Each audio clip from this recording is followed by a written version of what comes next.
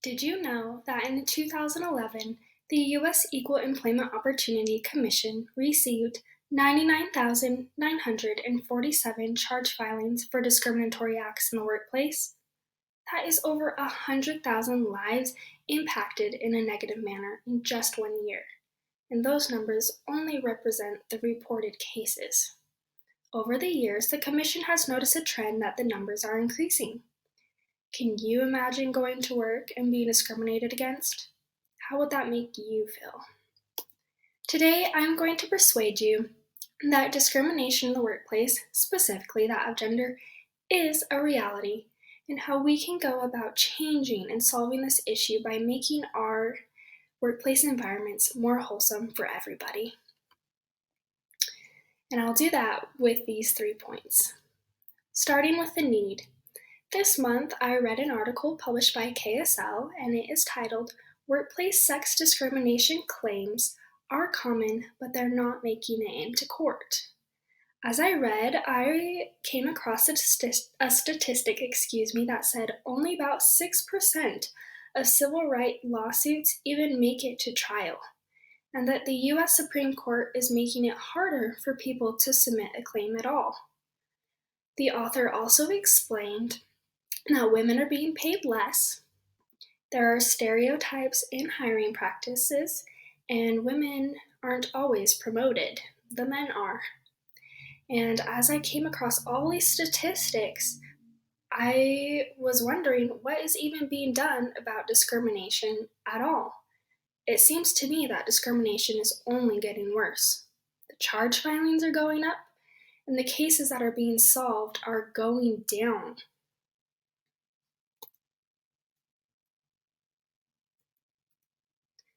Okay, all those statistics do a good job of explaining a point. Let's get personal and talk about some stories that illustrate the statistics themselves. I recently went to a lecture, and Kim Scott, who is an author, was talking about a new idea for a book she has that's about confronting gender injustices at work. And she shared some stories about discrimination that she herself had faced. When she was working with a group of mostly men, she was directed to use the bathroom in a mop closet. And when she was going in for an interview, they asked her to wear a short skirt. And when she worked at a company where a bunch of senior women were leaving suddenly, she found out the hard way that the boss was directing all of his crude comments to the ladies. Another story I have is about a former music teacher of mine named Lori. And she had been working at a music store for over a year when a man, let's call him Robert, was hired for the same position as her. The two got along so they conversed freely, and Lori soon found out that Robert was being paid more than her. For every hour they put on the clock, Robert got an extra $1 in his pocket. So Lori immediately went to the boss and asked for a raise. However, the boss did not allow this. He said that Robert had a family and he was the man of the house. Lori, being the single mother, said she too had a family, but the boss did not see eye to eye to her. And as you can see in these images, unequal pay is still a reality, and Utah is at the bottom of the list. The place we call home has unequal pay. Lucky for us, there are solutions, and discrimination does not have to last. I hope that by explaining some solutions, you want to be an advocate for the cause to lessen discrimination. The first option we have is to be a bias interrupter. If you hear of any bias going on, I hope that you will step in and stop it. Just by being a voice, you are raising awareness, which is quite critical.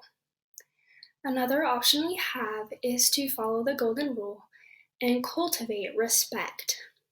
Be kind, even if you don't feel like it. Help others to realize that they should be treating others the way they want to be treated. By doing so, you will be able to foster a place of collaboration. These next solutions are mainly for leaders, and if you aren't in a leadership position, I hope that you'll feel comfortable going to your leader and explaining that these solutions can really help your workplace. So the first option we have is to abide by a code of conduct and unbiased policies. Now, in order for me to explain this, I have a quote by Donna Bobbitt-Zarin. She wrote an article about stereotypes in the workplace, and she said, "At times, employers use discretion in applying existing policies, such as selectively using specific criteria to select a man for a job. Similarly, employers apply existing rules exclusively to women and hold women to higher standards than men. This means that even if there is a policy in place, authority figures can twist them. This is not ethical or fair. There should be a concrete policy no matter the gender. Make this happen in your workplaces." The next solution is to uphold consequences by using checks and balances. And it's not just enough to have a code of conduct in place if no one follows it. There needs to be consequences if no one follows it. And if people know that there's checks and balances, they're more likely to follow the policy because they don't want to face those consequences. Now that we understand there are several solutions for the issue of discrimination at work, let's see what happens when we choose to implement them.